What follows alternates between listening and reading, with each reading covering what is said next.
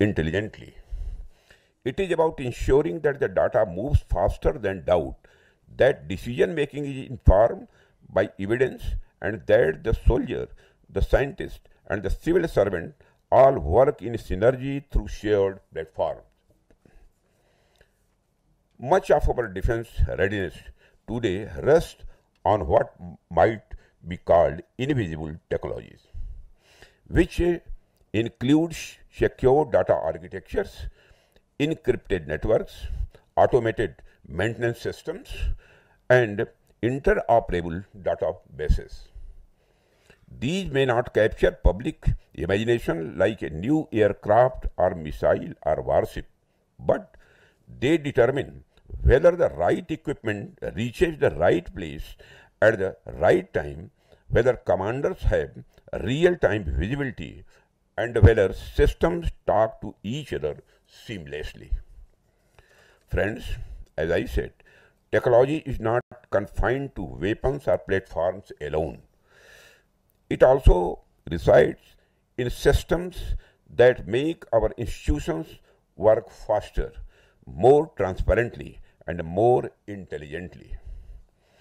The true test of technological advancement lies not only in what we create, but in how we function.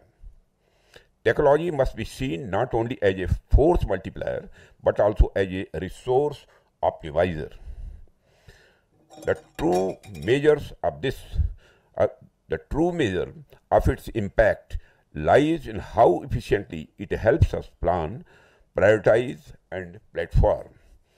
One area which can serve as an example to internalize this thinking is our capital procurement process. This is because we operate in an environment of finite resources and expanding responsibilities.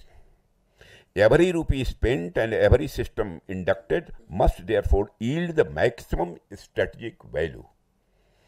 Technology and data analytics must be leveraged to improve decision making and ensure optimal use of every resource. I have been told that in many advanced nations, the concept of life cycle cost is deeply woven into their procurement frameworks. Recently, I have directed that we too must begin to access these sustenances costs right at the inception stage of every procurement proposals.